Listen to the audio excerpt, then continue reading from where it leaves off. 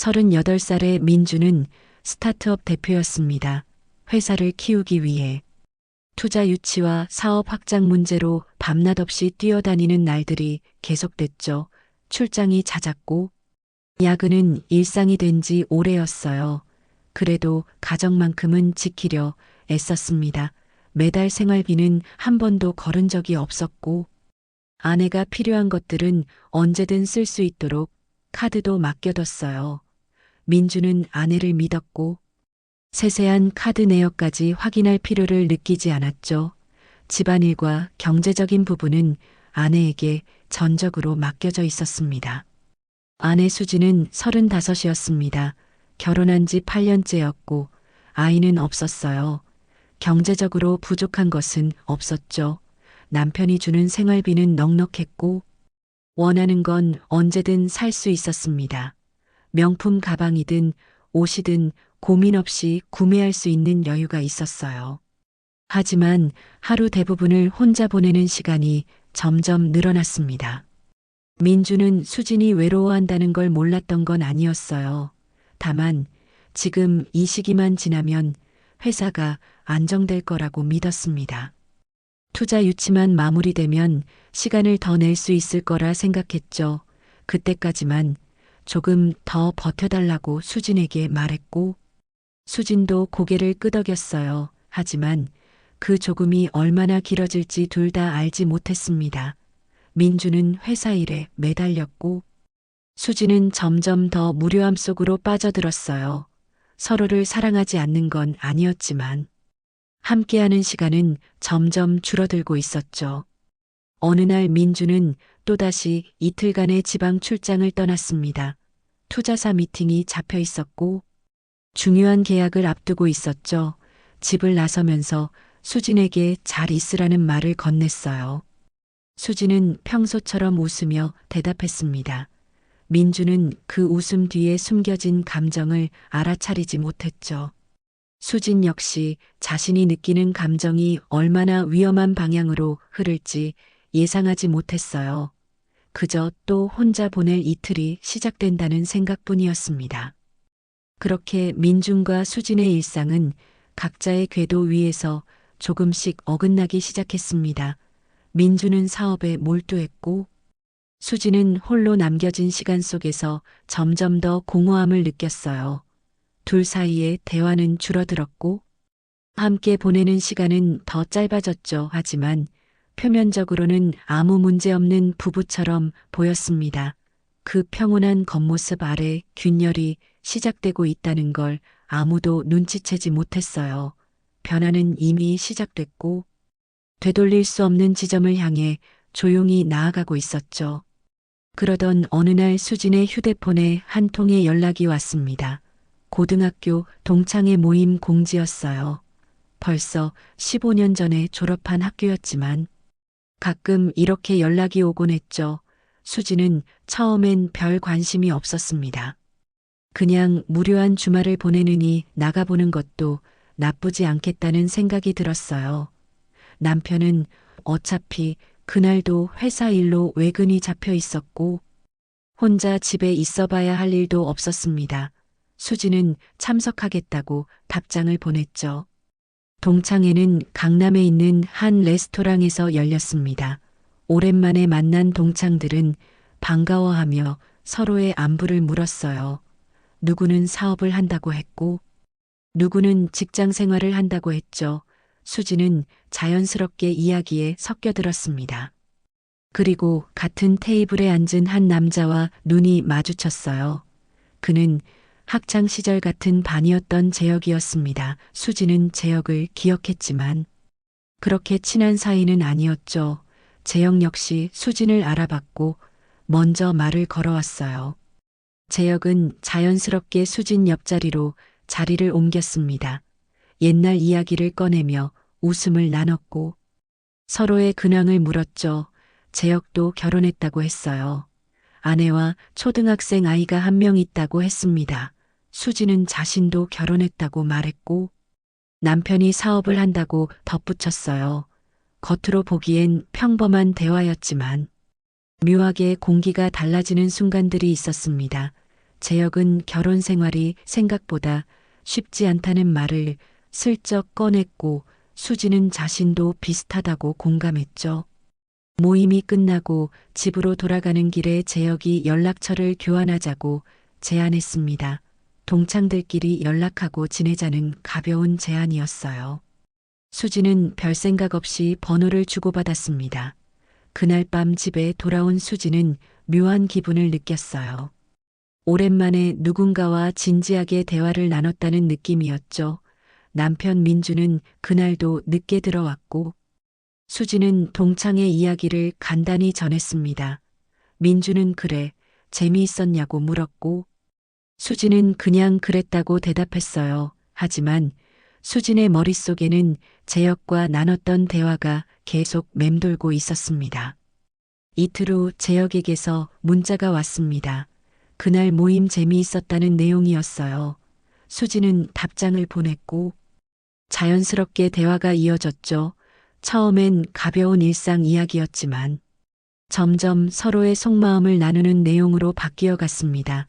재혁은 아내와의 관계가 식었다고 했고 수지는 남편이 너무 바빠서 외롭다고 털어놨어요. 수지는 자신이 느끼는 설렘이 단순한 우정이 아니라는 걸 어렴풋이 알았지만 멈추고 싶지 않았어요. 재혁과의 문자는 하루가 멀다고 계속됐습니다. 처음엔 간단한 인사로 시작했지만 점점 긴 대화로 이어졌어요. 아침에 일어나자마자 확인하는 메시지가 재혁의 것이었고 밤에 잠들기 전 마지막으로 보는 것도 재혁의 문자였죠. 수지는 남편 민준이 출근하고 나면 소파에 앉아 재혁과 문자를 주고받았습니다. 일상적인 이야기부터 시작해 점점 더 사적인 감정들을 나누게 됐어요. 재혁은 수진에게 자신이 얼마나 외로운지 털어놓았고 수진 역시 마음을 열었습니다. 문자만으로는 부족하다는 생각이 들었는지 재혁이 먼저 전화를 걸어왔습니다. 처음 통화는 10분 정도로 짧았어요. 하지만 다음 날은 20분이 됐고 그 다음 날은 1시간이 넘어갔죠. 수지는 재혁의 목소리를 듣는 것만으로도 하루가 달라지는 기분을 느꼈습니다. 남편과는 나누지 못했던 깊은 대화들이 재혁과는 자연스럽게 이어졌어요. 재혁은 수진의 이야기를 들어줬고 공감해줬습니다. 수진은 누군가 자신을 이해해준다는 느낌에 점점 더 빠져들었죠. 통화 횟수는 급격히 늘어났습니다. 아침에 한 번, 점심에 한 번, 저녁에 또 한 번씩 전화가 왔어요. 수진의 휴대폰은 하루 종일 울렸고 화면에 뜨는 이름은 항상 재혁이었죠. 수진은 전화를 받지 않을 수 없었습니다. 재혁의 목소리를 듣고 싶었고 그와 대화하는 시간이 하루 중 가장 기다려지는 순간이 됐어요. 남편이 집에 없는 낮 시간에는 아무 거리낌 없이 통화를 이어갔습니다. 거실, 소파에 앉아 두세 시간씩 전화기를 붙들고 있는 날도 많았죠. 문제는 민준이 집에 있을 때도 전화가 끊이지 않는다는 거였습니다. 저녁 식사를 하는 중에도 수진의 휴대폰이 울렸어요. 수진은 잠깐만이라며 자리에서 일어나 베란다로 나갔죠. 민준은 누구냐고 물었고 수진은 동창 모임 단체 채팅방이라고 둘러댔습니다. 하지만 단체 채팅방 알림이 10분 넘게 계속될 리 없었어요. 민준은 이상하다고 느꼈지만 바쁜 일정 때문에 깊게 파고들지 않았습니다. 수지는 그 사실을 알았고 더 대담해졌죠. 주말에도 상황은 마찬가지였습니다. 민준이 집에서 쉬는 날이면 수지는 화장실로 들어가 통화를 이어갔어요. 물 틀어놓고 작은 목소리로 재혁과 이야기를 나눴죠. 한 번은 30분 넘게 화장실에 있다가 나온 적도 있었습니다.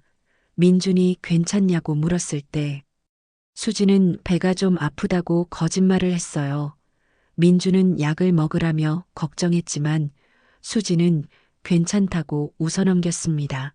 그 웃음 뒤에 숨겨진 진실을 민준은 알지 못했죠. 어느 날 저녁 민준과 수지는 함께 거실에서 텔레비전을 보고 있었습니다. 드라마가 한창 진행되는 중이었는데 수진의 휴대폰이 또 울렸어요. 수진은 재혁의 이름을 확인하고 일어서려 했죠. 민준이 여기서 받으면 안 되냐고 물었습니다. 수진은 순간 당황했지만 친구가 개인적인 고민 상담을 한다며 조용한 데서 받아야 한다고 말했어요. 민준은 더 이상 묻지 않았고 수진은 안방으로 들어가 문을 닫았습니다. 그 안에서 1시간 가까이 통화를 했죠. 민준은 점점 이상함을 느끼기 시작했습니다. 아내의 휴대폰이 너무 자주 울렸고 매번 자리를 피해서 통화를 받았어요. 동창 모임이라고 하지만 그렇게 자주 연락할 일이 있을까 싶었죠. 친구 상담이라고 하지만 매일같이 상담할 일이 그렇게 많을까 하는 의문도 들었습니다. 하지만 민주는 회사 일로 정신이 없었고 투자 계약 건이 마무리 단계에 있어서 집중해야 할 때였어요.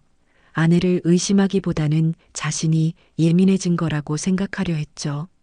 수지는 재혁과의 통화가 들킬까봐 조심했지만 동시에 스릴을 느끼기도 했습니다. 남편 몰래 누군가와 이렇게 깊은 감정을 나눈다는 것 자체가 금지된 설렘을 줬어요. 재혁 역시 비슷한 상황이었죠. 자기 아내 몰래 수진과 통화하고 있었고 둘은 서로의 상황을 이해했습니다. 그 공모 관계가 둘을 더 가깝게 만들었어요. 이미 선을 넘기 시작한 관계였지만 수진은 아직 괜찮다고 스스로를 설득했습니다. 그저 통화를 나누는 것뿐이라고 생각하려 했죠. 하지만 재혁은 통화만으로는 만족하지 못했습니다. 직접 만나고 싶다는 말을 꺼냈어요. 수진은 처음엔 망설였지만 재혁의 설득에 결국 만나기로 약속했죠. 평일 낮 시간에 잠깐 커피 한잔 하자는 가벼운 제안이었습니다. 수진은 남편이 어차피 회사에 있을 시간이니 괜찮을 거라고 판단했어요. 재혁 역시 회사에 외근이라고 말하고 나오면 된다고 했죠. 둘은 강남에 있는 한 카페에서 만나기로 약속했습니다. 그날 이후 수진과 재혁의 관계는 돌이킬 수 없는 방향으로 흘러가기 시작했어요. 첫 만남은 강남의 한 조용한 카페였습니다. 수진과 재혁은 오후 2시에 만났어요. 평일 낮 시간이라 사람이 많지 않았고 구석자리에 앉아 커피를 마시며 이야기를 나눴죠.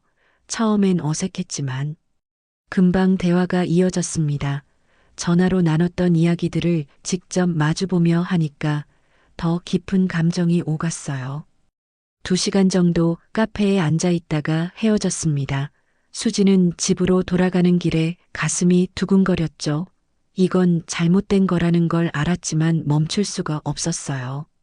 다음 만남은 일주일 후였습니다. 이번에도 평일 낮이었고 같은 카페에서 만났죠. 하지만 이번엔 커피만 마시고 헤어지기 아쉬웠어요.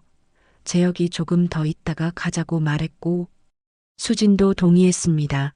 카페를 나온 두 사람은 근처를 걸었고 자연스럽게 손을 잡게 됐어요. 그 순간 수진은 선을 넘었다는 걸 확실히 깨달았죠. 하지만 뒤로 돌아갈 생각은 들지 않았습니다. 재혁 역시 마찬가지였어요. 둘은 서로를 바라보며 이미 결심한 듯한 표정을 지었습니다. 세 번째 만남부터는 카페가 아니었습니다. 재혁이 조용히 이야기할 수 있는 곳으로 가자고 제안했어요. 수지는 그 말의 의미를 알았지만 거부하지 않았죠. 둘은 재혁의 회사 근처에 있는 모텔로 들어갔습니다. 평일 낮 대실이었고 2시간 정도 머물다 나왔어요. 수지는 집으로 돌아가는 내내 죄책감과 배신감에 시달렸지만 동시에 충족감도 느꼈습니다. 오랜만에 누군가에게 필요한 사람이 된 기분이었죠. 그날 밤 민준이 늦게 들어왔을 때 수지는 평소처럼 웃으며 맞이했어요. 수지는 스스로를 합리화하기 시작했습니다. 남편이 자신을 방치했다고 생각했어요. 일만 하고 가정을 돌보지 않았으니 이 정도 일탈은 이해받을 수 있다고 믿었죠. 자신이 외로웠던 건 남편 탓이고 재혁을 만나게 된 것도 남편이 만든 상황이라고 책임을 떠넘겼습니다. 왜곡된 논리였지만 수지는 그렇게 자신을 설득했어요. 그래야만 죄책감을 덜 수 있었고 계속 재혁을 만날 수 있었죠. 재혁 역시 비슷한 생각이었습니다. 자기 아내가 자신을 이해하지 못하니까 수진을 만나는 거라고 스스로를 정당화했어요. 만남의 횟수는 점점 늘어났습니다. 일주일에 한 번이던 것이 2번, 3번으로 늘었고 나중에는 거의 매일 만났어요. 평일 낮 시간을 이용해 짧게 대시라고 만났죠. 재혁은 회사에 외근이라고 보고했고 수지는 남편이 어차피 회사에 있으니 자유로웠습니다. 두 사람은 주로 재혁의 회사 근처 모텔을 이용했어요. 같은 곳만 가면 눈에 띌까봐 몇 군데를 번갈아 가며 다녔죠. 수지는 모텔비를 자신이 가진 카드로 결제했습니다. 남편 민준이 준 생활비 카드였어요. 카드 결제는 문제가 되지 않았습니다. 공동명의 카드였지만 사용 알림 문자는 수진의 휴대폰으로만 오도록 설정돼 있었거든요. 민주는 분기마다 한 번씩 대략적인 내용만 확인했고 일일이 영수증을 따지지 않았죠. 수지는 그 점을 잘 알고 있었습니다. 설령 나중에 확인하더라도 쇼핑했다거나 친구들과 호텔 뷔페를 먹었다고 둘러대면 그만이라고 생각했어요. 민주는 자신을 의심하지 않을 거라고 확신했죠. 그 확신은 수진을 더 대담하게 만들었습니다. 특히 민준이 출장을 가는 날은 더 자유로웠습니다. 민준의 출장 일정을 미리 파악한 수진은 재혁에게 그 날짜를 알려줬어요. 재혁도 자기 회사의 출장이나 외근이라고 신청하고 같은 날짜를 비웠죠. 그럴 때는 모텔이 아니라 제대로 된 호텔을 예약했습니다. 하루나 이틀 정도 묵으면서 시간을 보냈어요. 수지는 남편에게 친구들과 여행 간다고 말했고 민주는 그래 잘 다녀오라고 했죠. 재영 역시 아내에게 지방 출장이라고 거짓말을 했습니다. 두 사람은 호텔 안에서 부부처럼 시간을 보냈어요. 호텔 예약과 식사 비용 역시 수진의 카드로 결제됐습니다. 한 번에 수십만 원씩 빠져나가는 금액이었지만 수진은 걱정하지 않았어요. 카드 알림이 자신에게만 오고 민주는 세세하게 확인하지 않으니까요. 가끔 명세서를 볼 때도 호텔 이름만 보고 친구들과 뷔페 먹었다고 하면 민주는 고개를 끄덕였습니다. 의심할 이유가 없었던 거죠.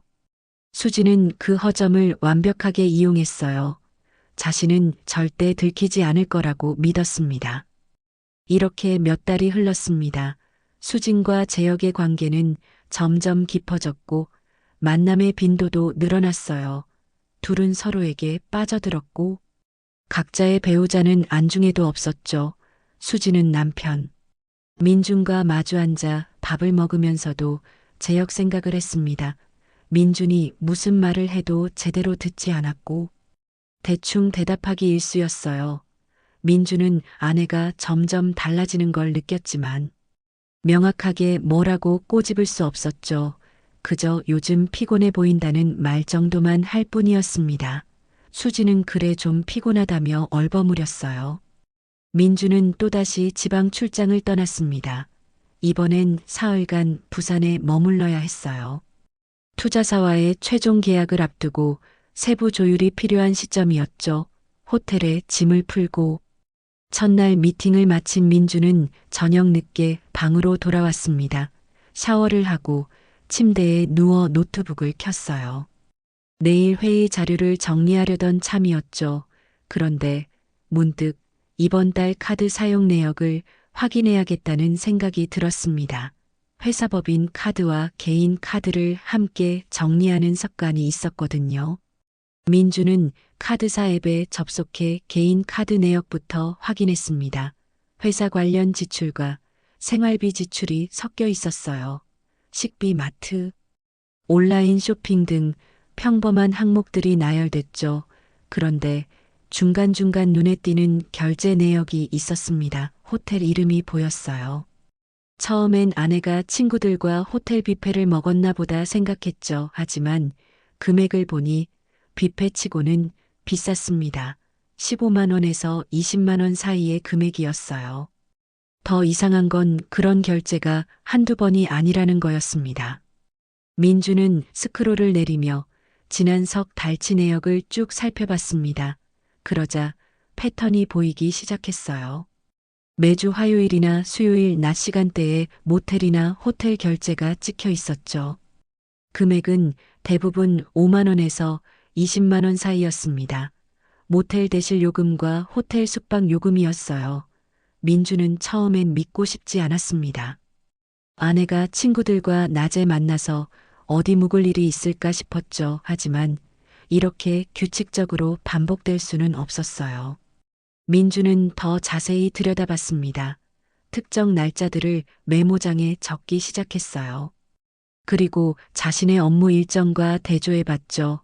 그러자 소름 끼치는 사실을 발견했습니다. 호텔 결제가 이뤄진 날짜는 대부분 자신이 출장을 갔던 날이었어요. 지난달 대구 출장 갔던 날 호텔 결제가 있었고 그 전달 광주 출장 때도 마찬가지였죠. 이건 우연이 아니었습니다. 누군가 자신의 출장 일정에 맞춰 아내와 함께 호텔을 예약한 거였어요. 민주는 가슴이 답답해졌습니다. 손이 떨렸고 머리가 복잡해졌어요. 하지만 감정적으로 대응하면 안 된다는 걸 알았죠. 확실한 증거를 모아야 했습니다. 섣부르게 추궁했다가 아내가 둘러대면 그걸 반박할 방법이 없었어요. 민주는 침착하게 생각을 정리했습니다.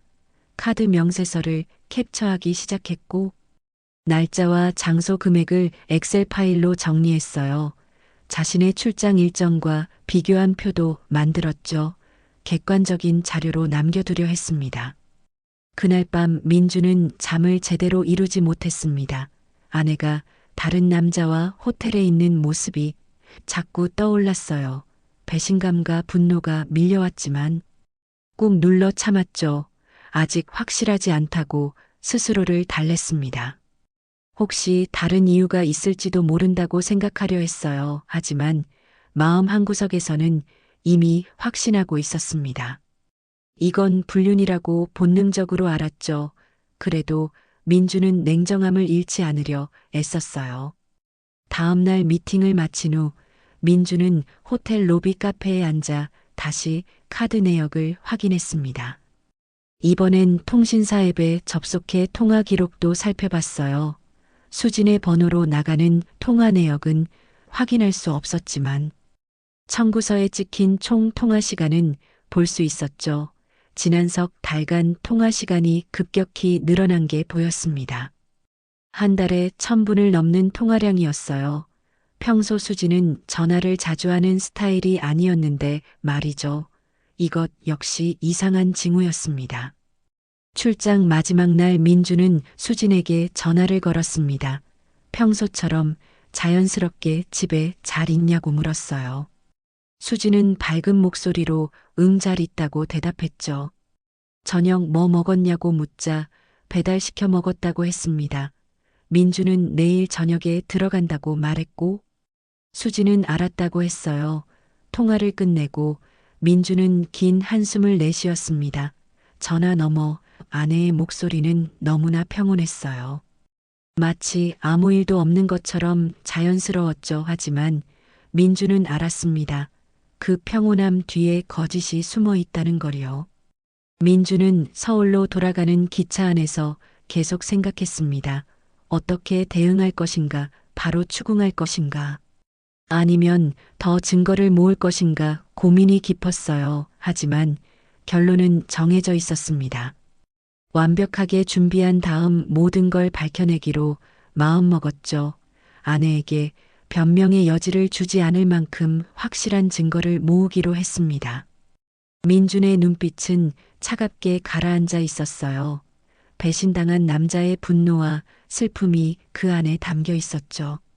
민주는 출장에서 돌아온 다음 날부터 본격적으로 증거를 모으기 시작했습니다. 회사에 출근하기 전 집에서 서랍을 뒤졌어요. 카드 청구서가 보관된 곳이었죠.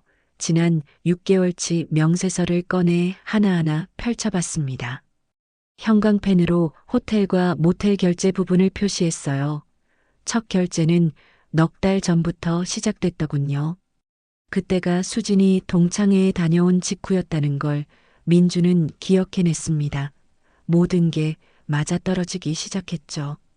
민주는 휴대폰 메모장에 날짜와 장소를 기록했습니다. 패턴이 명확했어요. 처음 한 달은 일주일에 한 번 정도였다가 점점 빈도가 늘어났죠. 최근 2달은 거의 매주 2~3번씩 모텔 결제가 찍혀 있었습니다. 금액도 처음엔 5만 원 안팎이었다가 나중엔 10만 원을 넘기는 호텔 숙박으로 바뀌었어요. 관계가 점점 깊어지고 있다는 증거였습니다. 민주는 이를 악물었지만 표정은 냉정하게 유지했어요. 감정을 드러내면 안 된다는 걸 알았죠. 회사에 도착한 민주는 업무 일정표를 다시 확인했습니다. 자신이 출장 갔던 날짜를 모두 뽑아냈어요. 그리고 카드 결제 내역과 대조했죠. 결과는 충격적이었습니다. 자신이 부산 출장 갔던 날 수지는 강남의 한 호텔에서 20만 원을 결제했고 대구 출장 때는 서초구 호텔에서 18만 원을 썼어요. 광주 출장 때도 마찬가지였죠. 우연이라고 보기엔 너무나 정확하게 일치했습니다. 누군가 자신의 일정을 파악하고 그에 맞춰 움직이고 있었어요. 민주는 사설 탐정을 고용할까 고민했습니다. 하지만 카드 내역만으로도 충분한 증거라고 판단했어요. 법적으로 상간 소송을 걸 때 필요한 건 간통의 정황을 입증하는 자료였죠. 반복적인 호텔 출입 기록과 일정의 일치는 강력한 증거가 될 수 있었습니다. 민주는 변호사와 상담하기로 마음먹었어요. 어떤 식으로 진행해야 할지 전문가의 조언이 필요했죠. 하지만 그 전에 아내를 직접 대면하고 싶었습니다. 저녁에 집으로 돌아온 민주는 평소처럼 행동했습니다. 수지는 저녁 식사를 준비해놨고 민주는 고맙다며 자리에 앉았어요. 식사를 하는 동안 민주는 수진의 얼굴을 유심히 관찰했죠. 아무렇지 않게 웃고 있었습니다. 오늘 뭐 했냐고 묻자. 집에서 쉬었다고 대답했어요. 친구 만나지 않았냐는 질문에. 아니, 그냥 집에 있었다고 했죠. 자연스러운 거짓말이었습니다. 민주는 속으로 냉소를 지었어요. 식사를 마치고 민주는 거실 소파에 앉아 노트북을 켰습니다. 업무 자료를 보는 척하면서 수진을 관찰했어요. 수진은 설거지를 하다가 휴대폰이 울리자 재빨리 확인했죠. 화면을 보고 잠시 망설이다가 베란다로 나갔습니다. 문을 닫고 통화를 시작했어요. 민주는 그 모습을 지켜봤습니다. 20분 넘게 통화하더니 돌아와서는 친구가 고민 상담을 했다고 말했죠. 민주는 그래, 무슨 고민이냐고 물었고 수지는 대충 얼버무렸습니다. 다음 날 민주는 일부러 출장이 생겼다고 거짓말을 했습니다. 내일 하루 대전에 다녀와야 한다고 말했어요. 수지는 갑작스럽다며 잘 다녀오라고 했죠. 민주는 수진의 반응을 살폈습니다. 얼굴에 미세한 기쁨이 스쳐 지나가는 것 같았어요. 자신이 없는 날을 기다린다는 증거였죠.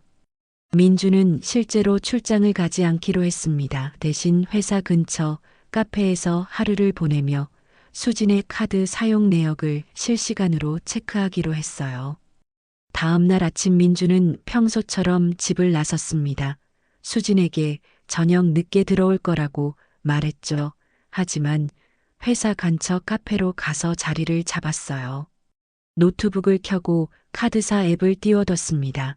실시간 알림을 켜두고 기다렸죠. 오전 11시쯤 알림이 왔어요. 강남 모텔에서 7만 원이 결제됐습니다. 민주는 주먹을 쥐었어요. 예상했던 일이지만 실제로 확인하니 분노가 치밀어 올랐죠. 하지만 참았습니다. 더 확실한 순간을 기다렸어요.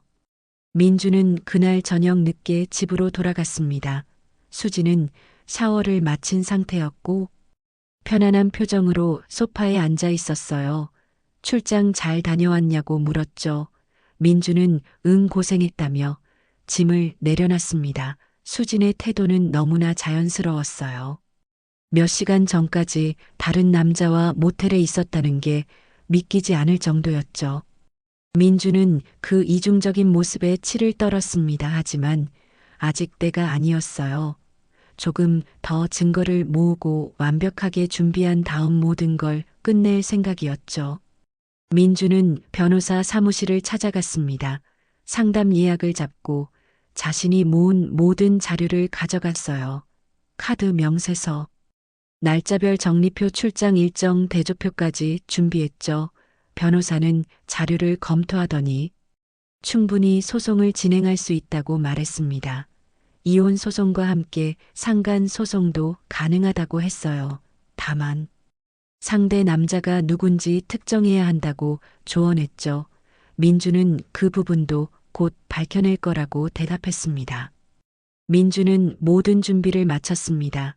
변호사와의 상담도 끝났고 필요한 서류도 정리했어요.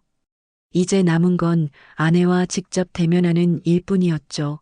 민주는 주말을 택했습니다. 충분한 시간을 두고 이야기를 나눠야 했으니까요.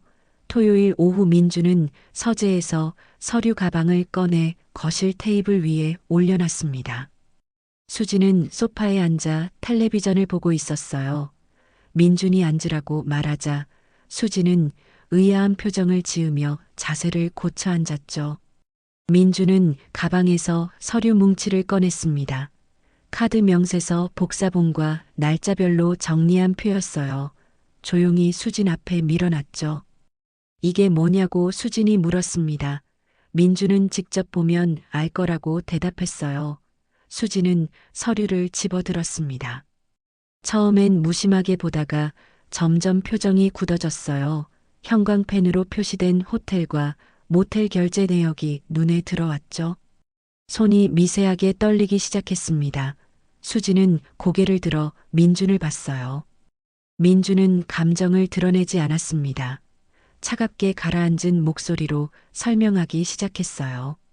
지난 넉 달간 반복된 호텔 결제 내역이라고 말했죠. 평일 낮 시간대에 집중돼 있고 특히 자신이 출장 간 날짜와 정확히 일치한다고 덧붙였습니다. 수지는 입술을 떨며 이건 오해라고 말했어요. 친구들과 만난 거라고 변명했죠. 민주는 냉소를 지었습니다. 친구들과 만나는데 왜 모텔을 가냐고 물었어요. 수지는 말문이 막혔습니다. 민주는 두 번째 서류를 꺼냈습니다. 자신의 출장 일정과 호텔 결제 날짜를 대조한 표였어요. 일치율이 90%가 넘었죠. 이것도 우연이냐고 물었습니다. 수지는 대답하지 못했어요. 그저 서류를 내려다보며 입술을 깨물 뿐이었죠. 민주는 계속 말을 이었습니다. 누구냐고 물었어요. 누구랑 만난 거냐고 다그쳤죠. 수지는 고개를 저었습니다. 아무도 아니라고 부인했어요. 하지만 목소리에 힘이 없었죠. 민주는 세 번째 자료를 내밀었습니다. 특정 호텔의 예약 확인 문자 캡처본이었어요. 수진의 이름으로 예약된 기록이었죠. 체크인 날짜는 민준이 부산 출장 갔던 날이었습니다. 1박 2일 숙박이었어요. 이것도 친구들이랑 간 거냐고 민준이 물었죠. 수지는 이제 완전히 말을 잃었습니다. 손에 든 서류가 바닥으로 떨어졌어요. 얼굴이 새하얗게 질렸죠. 민주는 그 모습을 지켜봤습니다. 동정심 같은 건 들지 않았어요. 수지는 울음을 터뜨렸습니다. 미안하다고 반복해서 말했어요. 잘못했다고 빌었죠. 하지만 민주는 표정 하나 변하지 않았습니다. 언제부터냐고 물었어요.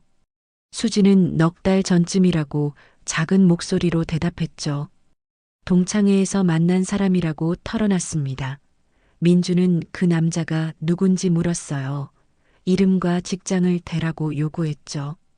수지는 머뭇거리다가 결국 재혁이라는 이름을 말했습니다. 자신과 같은 고등학교 출신이고 유부남이라고 덧붙였어요. 민주는 그 남자도 결혼했냐고 확인했습니다. 수지는 고개를 끄덕였어요. 민주는 한숨을 내쉬었죠. 둘 다 가정이 있는데. 이런 짓을 했다는 게 믿기지 않았습니다. 수지는 외로웠다고 변명했어요. 민준이 자신을 돌보지 않았다고 했죠. 그래서 위로가 필요했다고 말했습니다. 민주는 그게 변명이 되냐고 되물었어요. 외로우면 남의 남편이랑 호텔 가도 되냐고 따졌죠. 수지는 대답하지 못했습니다. 민주는 자리에서 일어났습니다. 짐을 싸라고 말했어요. 오늘 안으로 이 집에서 나가라고 통보했죠. 수지는 울면서 한 번만 용서해달라고 빌었습니다. 다시는 안 그러겠다고 약속했어요. 하지만 민주는 고개를 저었습니다. 이미 끝났다고 말했죠. 변호사와 상담도 끝났고 이혼 서류도 준비 중이라고 덧붙였어요. 상간 소송도 진행할 거라고 했습니다. 수지는 그러지 말아달라고 애원했지만 민주는 들은 척도 안 했어요. 민주는 안방으로 들어가 문을 닫았습니다. 수지는 거실에 남아 한참을 울었어요. 자신이 저지른 일의 무게가 이제야 실감났죠. 안정적이던 생활이 한순간에 무너졌습니다. 남편의 신뢰도 사라졌어요. 앞으로 어떻게 살아야 할지 막막했죠. 재혁에게 전화를 걸었지만 받지 않았습니다. 문자를 보냈지만 답이 없었어요. 수지는 그제야 깨달았습니다. 자신이 얼마나 어리석었는지를 말이죠. 민주는 재혁의 신원을 파악하는데 시간이 오래 걸리지 않았습니다. 수진에게서 이름과 직장을 들었고 고등학교 동창이라는 정보도 있었죠.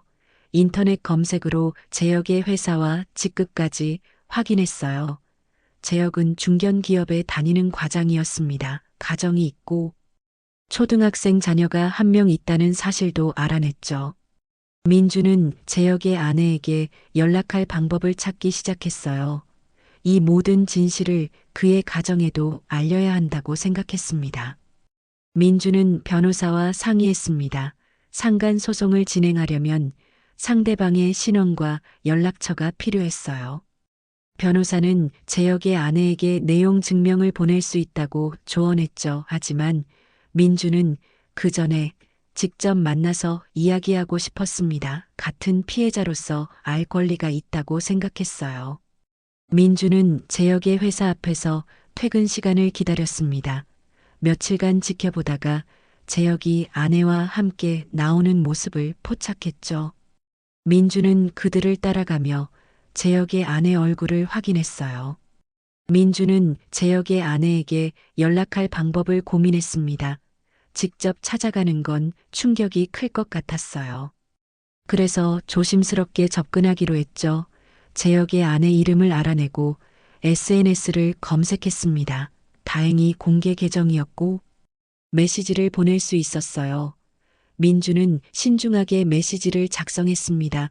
본인을 소개하고 남편 재혁과 관련해 중요한 이야기가 있다고 썼죠. 가능하면 직접 만나고 싶다고 덧붙였습니다. 이틀 후 재혁의 아내에게서 답장이 왔습니다. 무슨 일이냐고 물었어요. 민주는 전화로 통화하자고 제안했죠. 재혁의 아내는 불안한 목소리로 전화를 받았습니다. 민주는 최대한 침착하게 상황을 설명했어요. 자신의 아내와 재혁이 넉 달간 불륜 관계였다고 말했죠. 증거도 있다고 덧붙였습니다. 재혁의 아내는 처음엔 믿을 수 없다고 부인했어요. 하지만 민준이 구체적인 날짜와 장소를 말하자 목소리가 떨리기 시작했죠. 민주는 만나서 자료를 보여주겠다고 제안했습니다. 재혁의 아내는 잠시 망설이다 동의했어요. 이틀 후 조용한 카페에서 만나기로 약속했죠. 민주는 준비한 모든 자료를 가져갔습니다. 카드 명세서, 복사본과 날짜별 정리표, 호텔 예약 확인 문자까지 전부 출력해 갔어요. 재혁의 아내는 창백한 얼굴로 나타났습니다. 앉자마자 자료를 달라고 했죠. 민주는 조용히 서류 뭉치를 건넸어요. 재혁의 아내는 서류를 한 장 한 장 넘기며 확인했습니다. 손이 떨렸고 눈에 눈물이 고였어요. 특히 자신의 남편이 출장 간다고 했던 날짜와 호텔 예약 날짜가 일치하는 걸 보고 충격을 받았죠. 민준이 출장 간 날짜와도 맞아떨어졌습니다. 두 남자가 각자 집을 비운 날 함께 호텔에 묵었다는 증거였어요. 재혁의 아내는 고개를 떨구고 한참을 울었습니다. 민주는 아무 말 없이 기다렸어요. 같은 배신을 당한 사람으로서 그 고통을 이해했죠.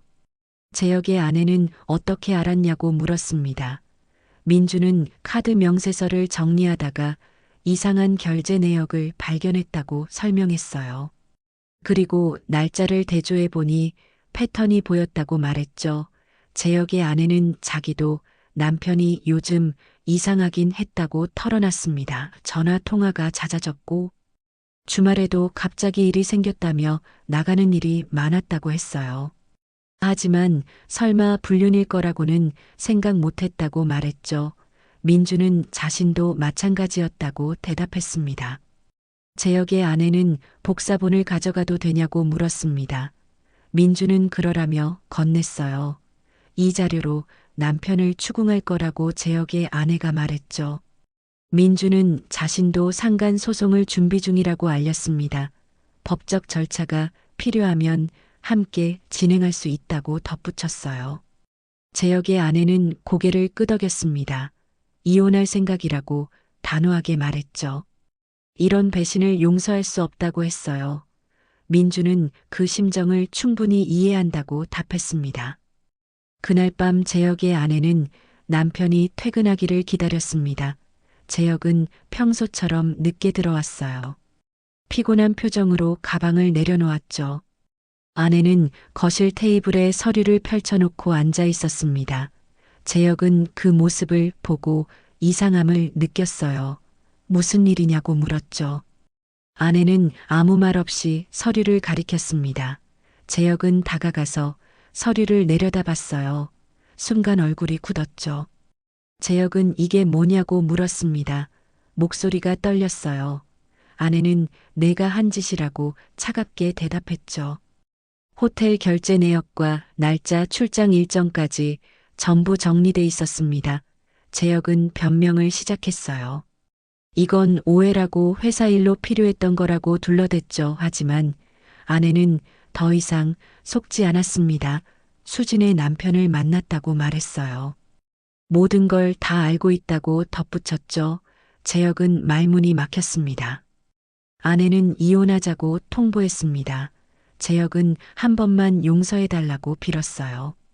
아이 생각해서라도 다시 생각해달라고 애원했죠. 하지만 아내는 단호했습니다. 이미 변호사와 상담 예약을 잡았다고 말했어요. 내일 당장 집에서 나가라고 했죠. 재혁은 절망했습니다. 수진에게 전화를 걸었지만 받지 않았어요. 문자를 보냈지만 답이 없었죠. 모든 게 무너지고 있었습니다. 민주는 이혼 절차를 차분하게 진행했습니다. 변호사를 통해 서류를 준비했고 재산 분할과 위자료 문제를 정리했어요. 수지는 유책 배우자였기 때문에 재산 분할에서 불리한 위치에 놓였죠. 민준이 벌어들인 재산의 대부분은 민준 몫으로 돌아갔습니다. 위자료 청구도 함께 진행했어요. 수지는 받아들일 수밖에 없었죠. 자신의 잘못을 부인할 증거가 하나도 없었으니까요. 상간 소송 역시 준비됐습니다. 재혁을 상대로 한 손해배상 청구였어요. 재혁의 상황은 더 비참했습니다. 아내는 단호하게 이혼을 진행했고 양육권도 가져갔어요. 재혁은 매달 양육비를 지급해야 했죠. 회사에도 소문이 퍼졌습니다. 유부녀와 불륜을 저질렀다는 사실이 알려지면서 동료들의 시선이 달라졌어요. 승진 심사에서도 탈락했죠. 회사 내 평판이 바닥으로 떨어졌습니다. 상사는 재혁을 불러 경고했어요. 회사 이미지에 타격을 준다는 이유였죠. 재혁은 결국 스스로 사표를 냈습니다. 수진과 재혁의 관계도 끝이 났습니다. 모든 게 드러난 후 재혁은 수진을 원망했어요. 내가 조심하지 않아서 들켰다고 책임을 떠넘겼죠. 수진 역시 재혁을 비난했습니다. 자기만 사랑한다고 말했으면서 정작 위기가 오니 도망친다고 따졌어요. 둘은 전화 통화에서 격하게 다투었습니다. 서로에게 화풀이를 했죠. 사랑이라고 믿었던 감정은 온데간데 없이 사라졌어요. 남은 건 책임 회피와 원망뿐이었습니다. 재혁은 수진에게 더 이상 연락하지 말라고 통보했습니다. 자기 인생이 망가진 건 수진 때문이라고 비난했어요. 수진은 황당했지만 할 말이 없었죠. 재혁도 마찬가지로 자기 가정을 배신한 사람이었으니까요. 하지만 재혁은 끝까지 자신의 책임을 인정하지 않았습니다. 수진은 마지막으로 재혁에게 문자를 보냈어요. 우리 둘 다 잘못했다고 이제라도 인정하자고 말이죠. 하지만 재혁은 답장조차 하지 않았습니다. 수진은 집에서 쫓겨났습니다. 갈 곳이 마땅치 않아 친정으로 들어갔어요. 부모님은 딸의 상황을 알고 크게 실망했죠. 어떻게 그런 짓을 할 수 있냐고 질타했습니다. 수진은 고개를 숙인 채 사과할 뿐이었어요. 경제적으로도 어려워졌죠. 민준이 주던 생활비는 당연히 끊겼고 자신의 명의로 된 카드도 정지됐습니다.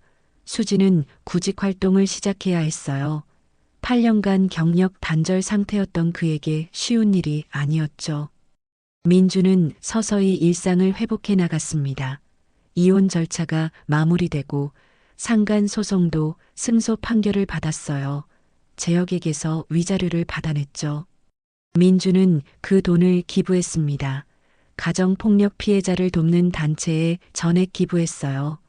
돈이 필요해서 소송한 게 아니었으니까요. 다만 잘못에 대한 대가를 치르게 하고 싶었을 뿐이었죠. 민주는 회사 일에 다시 집중했습니다. 투자 유치는 성공적으로 마무리됐고 사업은 안정 궤도에 올랐어요. 직원들은 민준의 변화를 느꼈습니다. 이전보다 더 집중력이 높아졌고 결단력도 강해졌어요. 힘든 시기를 겪으면서 오히려 더 단단해진 것 같았죠. 민주는 주말에도 회사에 나와 일했습니다. 집에 혼자 있는 게 아직은 불편했어요. 하지만 시간이 지나면서 점점 익숙해졌죠. 새로운 아파트도 계약했습니다. 이전 집에는 배신의 기억이 너무 많이 남아 있었거든요. 민주는 새로운 시작을 준비하고 있었습니다. 수지는 현실과 마주해야 했습니다. 작은 회사의 사무직으로 취직했지만 월급은 이전 생활비의 절반도 안 됐어요. 명품 가방과 옷들은 모두 처분해야 했죠. 생활 수준이 급격히 떨어졌습니다. 친구들과의 만남도 끊겼어요. 불륜 사실이 알려지면서 사람들이 거리를 뒀죠. 수지는 외로웠지만 누구를 원망할 수도 없었습니다. 모든 건 자신이 선택한 결과였으니까요. 재혁에게 연락하고 싶었지만 번호는 이미 차단돼 있었어요. 어느 날 수지는 우연히 민준의 소식을 들었습니다. 회사가 크게 성장했다는 기사를 봤어요. 투자 유치에 성공하고 직원도 2배로 늘었다고 했죠. 사진 속 민준은 자신감 넘치는 표정이었습니다. 수지는 그 모습을 보며 뭔가 무너지는 기분을 느꼈어요. 자신이 버린 남편은 다시 일어섰는데 자신은 바닥으로 떨어졌죠. 순간의 선택이 인생을 완전히 바꿔놓았습니다. 후회가 밀려왔지만 이미 되돌릴 수 없었어요. 민주는 지인의 소개로 새로운 사람을 만나기 시작했습니다. 아직 깊은 관계는 아니었지만 천천히 마음을 열어가고 있었어요. 배신의 상처는 쉽게 아물지 않았지만 시간이 약이 되고 있었죠. 민주는 자신이 정직하게 살아왔다는 사실에 자부심을 느꼈습니다. 힘든 순간도 있었지만 결국 바르게 사는 사람이 이긴다는 걸 증명했어요. 거짓 위에 세운 관계는 결국 무너질 수밖에 없다는 교훈도 남았죠. 수진과 재혁은 각자의 자리에서 대가를 치르고 있었습니다. 순간의 욕심과 자기 합리화가 모든 것을 앗아갔어요. 안정적인 가정도 신뢰도 사회적 지위도 전부 잃었죠. 서로를 원망하며 관계마저 파탄났습니다. 결국 남은 건 후회와 공허함 뿐이었어요. 정직을 지킨 사람은 다시 일어섰고 배신한 사람들은 파멸로 향했습니다. 세상은 결국 공평했죠.